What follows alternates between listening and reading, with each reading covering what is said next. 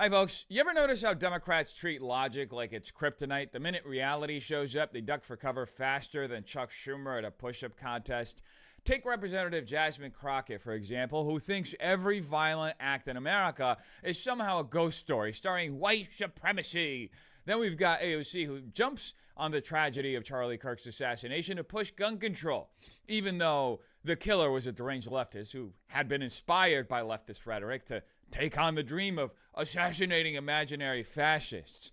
And finally, we have Jimmy Kimmel weighing in with his trademark moral mush, whatever you call it, blaming both sides and tossing in the obligatory shot at Trump. We're still trying to wrap our heads around the senseless murder of the popular podcaster and conservative activist Charlie Kirk yesterday, whose death has amplified our anger, our differences. And I've seen a lot of extraordinarily vile responses to this from both sides of the political spectrum. What? Some people are cheering this, which is something I won't ever understand. And we had another school shooting yesterday in Colorado, the 100th one of the year. And with all these terrible things happening, you would think that our president will at least make an attempt to bring us together. God, but dude. He didn't. President Obama did. President Biden did. Jesus. Presidents Bush and Clinton did. What are you President saying? Trump did not. Instead, he blamed Democrats for their rhetoric. He's right. And President Trump is right. The rhetoric that inspired Charlie Kirk's assassination was started, perpetuated, and is still being promoted by the Democrat Party. There's only one side that has spent years calling their opponents Nazis and fascists. And let me say something, folks, because I don't think I have to explain this to most of you, but here's the reality. When you call somebody a fascist or a Nazi, you're effectively giving moral cover to any act of violence against them. Think about it. What would you do if you truly believed you were facing someone who represented movements that throughout history led to the genocide of millions upon millions of people? Your moral response, if you buy into that framing, is to take them out before they act. This isn't just abstract. It's the exact same moral quandary that was played out in the so-called baby Hitler debate years ago, which in retrospect looked like a carefully curated exercise to prime the Democrat base into believing violence could be justified. And that's where we're at today, folks. When you label your political opponents as Nazis, you aren't debating them, you're dehumanizing them. And once someone is thoroughly dehumanized, every line of restraint in politics and culture starts to snap. This isn't about both sides being vile. It's about one side mainstreaming a moral framework that excuses violence in the name of virtue and then celebrating when somebody is actually executed as a result of that rhetoric. And that was just one side that did that, and that is specifically the Democrats. So I'm sure you haven't been in since the white supremacist dude got assassinated, is what they're calling it. I guess because he was a political figure, even though he wasn't elected. And it's just people are showing who they are in response. Of course, as I said on yesterday, political or not political, you don't get to go. I just don't believe you get to just walk up and kill someone. I don't believe you get to just murder someone. Right. I do agree with Tavis, though. These folks pretending like this man was not trying to eliminate black people, women, trans people, immigrants, and just saying, you know, and only talking about political violence is also a problem. Like, so that's my take. I went to see the Dance Theater of Harlem last night at the Hollywood Bowl. Oh, wow, nice. I'm tired again, yeah. No shade. But they had the flags at half-mast, Sherry. The Hollywood Bowl? Well, yeah, they did. I mean, the president ordered all flags at half-mast. Because I was like, I guess that affects private venues. And it was for Charlie Kirk. And I'm thinking, they just killed a lawmaker in Minnesota, no half-mast. You know what I mean? We have soldiers being killed overseas every day, no half-mast. What are you doing? What false equivalency? So what it's saying to me is that we're celebrating a white supremacist. Not that I'm okay with him being murdered, but the fact that we're celebrating a white supremacist. What message are you sending to black people, to women, to trans people? What? I mean, you know, it's a bit complicated, right? Because when you think about who were his quote-unquote fans, some people of color was his fans. You know, like they had a vigil out here. Well, F them too. Right. I mean, that's where I am. F them too. This is ultimately how we got here, folks. That kind of virtue signaling is just a mask for dismissive, hateful ideology. F them too, she says. That's how she really feels about the millions of Americans who don't share her worldview. For years, people on the right have tried to debate, argue policy, and work through differences in a civil manner. But the left abandoned that path a long time ago. And instead, they embraced the mantle of violence and dehumanization. And the result has been an ever-escalating path of self-destruction for our nation. Some warn this will end in civil war. And I don't know if that's true. I'm not going to sit here and claim I can predict the future. Whatever God's plan is, that's what will happen. But if he removes his blessing from this country, then yes, terrible things can unfold relatively quickly. And right now, we're watching in real time as the very ideology that fueled Charlie's assassination is being doubled down on. Notice what's missing here. She never condemned the killer. She never condemned this celebration of his death by her own side. Instead, she ranted about white supremacy and flags at half-mast as if the real outrage was her night at the Hollywood Bowl being interrupted by a tribute to a man executed in public for his beliefs. Not once does she acknowledge that Charlie was a father, a husband, a son, a human being whose life was brutally stolen. And that's the tell. When you can't recognize someone's humanity because of their politics, when you sneer at their supporters and mock their death, you're not opposing an argument. You're fueling the very climate that makes political violence inevitable. These people don't want unity. They want dominance. And they're willing to sacrifice decency, civility, and even human life to get it. And they're not really mincing words when it comes to expressing this. I mean, just take this man from Louisiana who called into C-SPAN to express his thoughts about Charlie's assassination. Aubrey in Louisiana, Democratic caller.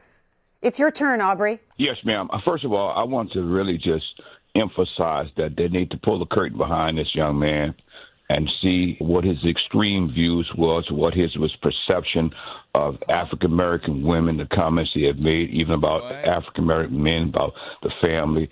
This man was a David Duke in a suit. He had racist, extremist, unacceptable views towards black and others, other ethnicity. So I don't feel one bit, as they say, Malcolm said, the rooster came home to crow. We have no. We're going to go on to Randy in Kentucky. I don't even know where to begin with this one, to be completely honest with you. This caller just compared Charlie Kirk to David Duke, the leader of the KKK. What evidence does he have for that? None. You won't find a single piece of evidence. This is the world we're living in right now, folks. Democrats running around slapping the label of white supremacists on anyone who dares to speak simple truths from the right. And let's be clear, when did Charlie ever advocate for an ethno-nationalist state? When did he ever call for the genocide of any people? When did he ever put on a white hood? Yet here we are with callers justifying his murder with casual slander.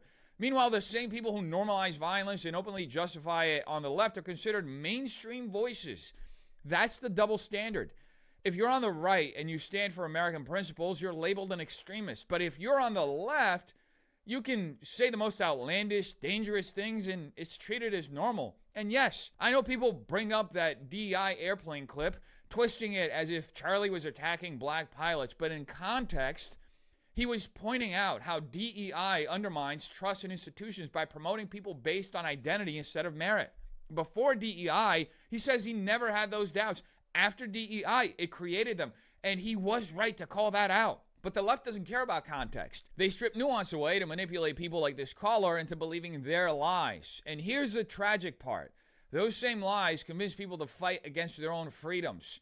They've been weaponized, not just to smear their fellow citizens, but to undermine the very liberties they're exercising in that phone call. That's not just dishonest, it's sad.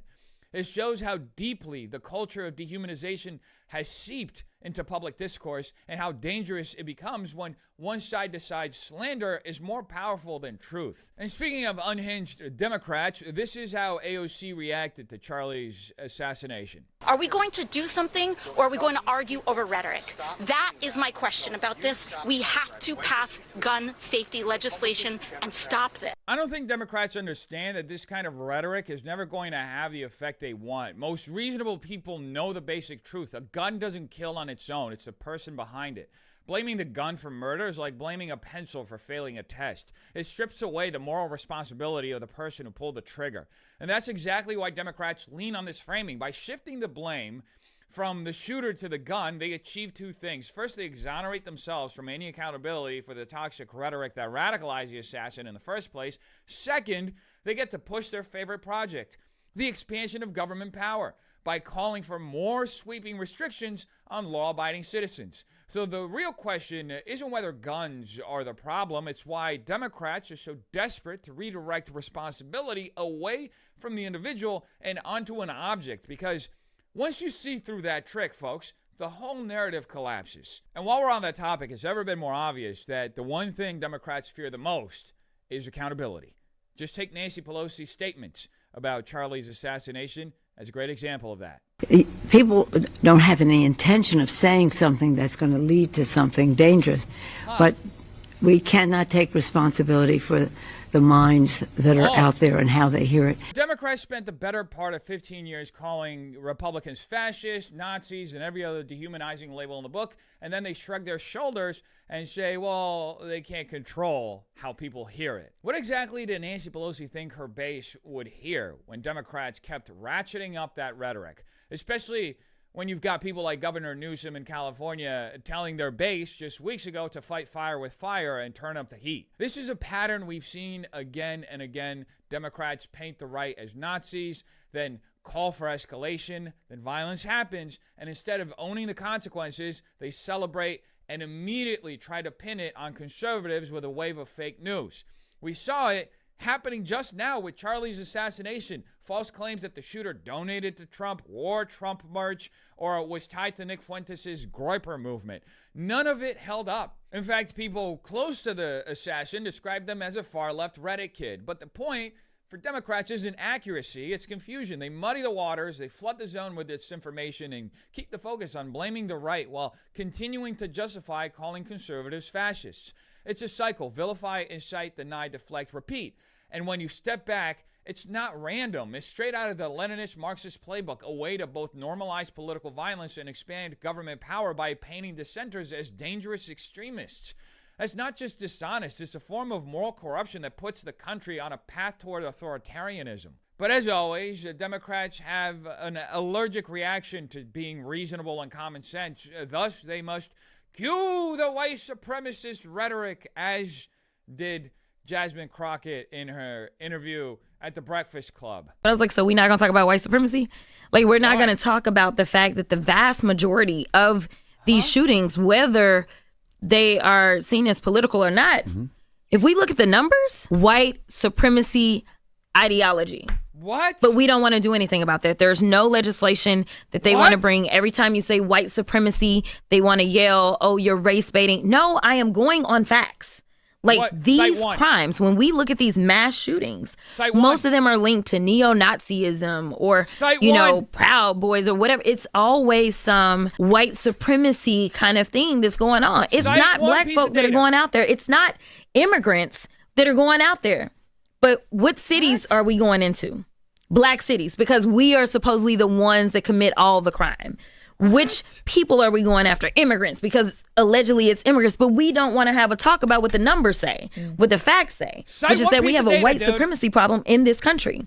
So until we decide to deal with the problem, we're going to continue to have a problem. I think it goes without saying that the level of dishonesty Jasmine is showing here is beyond absurd, because she immediately pivots to blaming white supremacy for Charlie's assassination, when in fact it was Democrats calling everyone who opposes them white supremacists that helped inspire the killer in the first place. That's the circular logic the left thrives on. Blame your opponent for the very thing your side is fueling.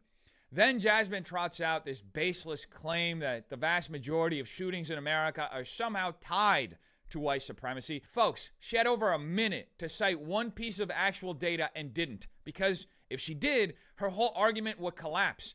The numbers are clear. 43% of all murders in the United States are committed by just 3% of the population, that being black males ages 14 to 49. And to add further irony to this, the overwhelming majority of those victims are black themselves. That's not white supremacy. That's black on black crime driven by fatherlessness, broken homes, and policies that have disincentivized family stability in black homes for decades. But Crockett doesn't want to have that conversation because it doesn't serve her politically.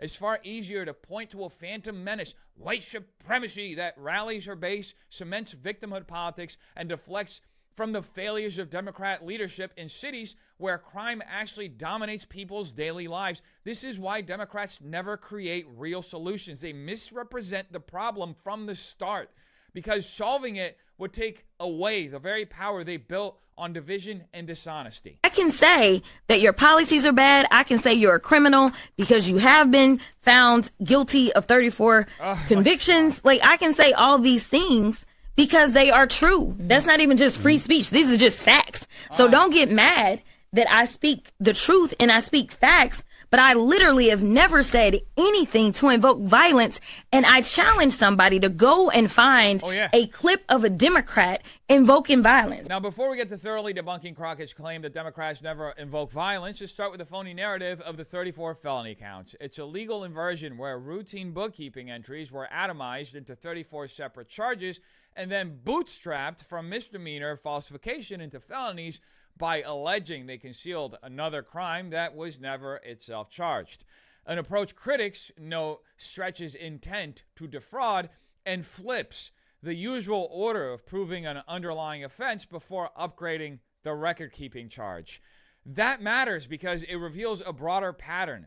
Law is increasingly wielded as narrative. Punish the paperwork to criminalize the politics, while rhetoric is escalated to delegitimize enforcement that cuts against the narrative. Which brings us to Crockett's stare and the larger ecosystem of Democrats cheerleading this sort of posture. In my belief, there's no greater way to disprove someone's thesis than to use their words. Thus, here's Crockett herself on the same podcast calling for violence. We're seeing that they are unleashing this rogue policing force that, you know, if they taught Black history, they would know about slave patrols, because when I look at what they are doing with ICE, it looks like slave patrols.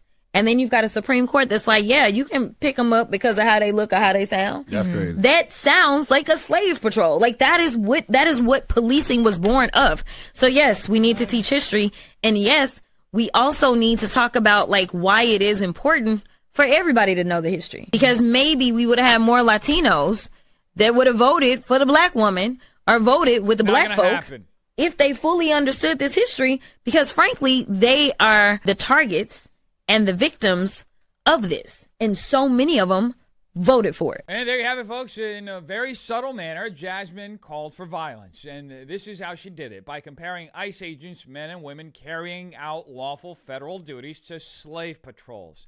That's not just a bad analogy, not just a false equivalence. It's an intentional smear designed to delegitimize law enforcement and stoke hostility against them. This is how Democrats operate. They deflect, gaslight, and then incite their base by framing legal authority as inherently evil. If you convince people that immigration enforcement is the moral equivalent of slavery, then you're not debating policy anymore. You're giving your followers a moral permission slip to resist with force. And that's the real danger of this rhetoric. It strips away nuance, erases history, and transforms a debate over borders and sovereignty into a crusade against supposed oppressors. It's also why Democrats lean so heavily on these comparisons, because once you frame your opponents as slave catchers or Nazis, you don't have to answer hard questions about your own policy failures, about family breakdown or border chaos. You just rile up anger, point it at your enemies, and then wash your hands of the consequences when that anger boils over into real-world violence. This isn't leadership, folks. It's a cynical manipulation of history and identity to maintain and expand Democrat power. And look, to give Democrats some credit, they're not all dishonest brokers like Jasmine. Charlemagne even admitted on the same podcast that he had partaken in some of the violent rhetoric that caused the escalation that led to Charlie's assassination. I think we all incite whether we think we do or not. And what I mean by that is I've definitely, called that regime fascist, right? Yeah. If you hear somebody call him Hitler, or when he calls us racist scumbags. Yeah. If there's some white supremacist lunatic who thinks you or me are a racist scumbag, let me take that racist scumbag out. If there's somebody that thinks, oh, Hitler, and then they look at a lot of the actions that are going on, they're like, well, let's prevent this before 4 million people get killed. So I can understand how all of it incites violence. You know, props to Charlemagne. That's actually a pretty reasonable, common sense take. Let's see how Jasmine responded. We've got to talk about like what it means when you're running for president or you're running for one of these higher offices and you go out there and you talk about beating people up. You go out there and you say things like, I could shoot somebody in the middle of the street in New York and I could still win. We got to talk about like that. That is next level. Me disagreeing with you, me calling you, you know, I want to be Hitler. All those things are like not necessarily saying go out and hurt somebody. But when you're literally telling people at rallies, yeah, beat them up and that kind of stuff, like you are promoting like a culture of violence. So we need to talk about like what it looks like when you don't promote a culture of violence. It is insanely ironic that Jasmine Crockett is talking about not promoting a culture of violence while actively promoting one by calling Donald Trump a wannabe Hitler. What do you think the end result of that rhetoric is? You don't need two brain cells to figure it out. We just saw it played out in the last week with the assassination of Charlie Kirk. When you label someone a Hitler-like figure, you're not just disagreeing with them, you're morally justifying almost any action against them, including violence. Crockett pretends this language is harmless, but history tells us otherwise, and this is where the Democrats' double game becomes obvious. They call Trump and Republicans fascist, Nazis, wannabe Hitlers, and then when violence follows, they wash their hands over it, insisting their words had zero impact. It's insane levels of gaslighting. But words do shape culture, and this kind of rhetoric isn't about debate, it's about dehumanizing, folks. Again, it's a strategy to delegitimize the opposition, to cast half the country as evil incarnate, and in doing so, to give their base moral permission to escalate. That's not how you fight fascism. That's how you create the very culture of violence you claim to oppose. Anyway, speaking of Democrat meltdowns, here we have Don Lemon doing what Democrats do best, melting down. Wait a minute. Why are you treating Charlie Kirk like he's a monarch? Like he is actually a member of the government, that he is deserving of a state funeral, that he is actually deserving of the honor of having flags lowered to half staff, that he is deserving of the honor of having the Presidential Medal of Freedom, an honor that's usually for war heroes, of people who have made major sacrifices to the country and fought in times against things that were wrong when it wasn't popular. The irony of that clip is that Don Lemon almost stumbles into the truth, but misses it entirely because he's too blinded by his own contempt. He mocks the idea of Charlie Kirk being honored, yet in the same breath admits people deserving of medals of freedom fought against things that were wrong when it wasn't popular. Exactly. That's the reason Charlie is being recognized. Charlie stood up for constitutional rights and American values in a time when dissenting voices were censored, deplatformed, hounded by the Biden administration, and even investigated by federal agencies. He lived in an era when the president himself was shot at twice, and when speaking boldly carried real risks. And Charlie ultimately paid with his life, assassinated for refusing to be silent. That's not the profile of a fringe figure. That's a profile of someone who embodied civic courage. So yes, he deserves the flags lowered. He deserves recognition. And if anything, a Medal of Freedom would be fitting acknowledgement of the price he paid to keep alive the very freedoms Don Lemon enjoys while ridiculing Charlie. This moment isn't about inflating a man. It's about confronting a culture that punishes truth tellers, then sneers at the honor due to them when they're gone. So the question we're left with is this: how much longer will we allow a culture built on labels, scapegoats, and selective outrage to define what counts as truth in America? If words can strip people of their humanity, if democratic institutions can bend reality to fit a narrative, then what stops those same forces from turning on you when it's convenient? Maybe the real test of this moment isn't whether you agree with Charlie, with Trump, or anyone else. It's whether you recognize how easily power reshapes facts to serve itself. And if that doesn't make you pause and ask who benefits every time you're told what to fear, what to hate, and what to dismiss, then maybe you're already playing the role they've written for you. Anyway, you tell me what you think in the comments down below. Hope you have a terrific day. Peace.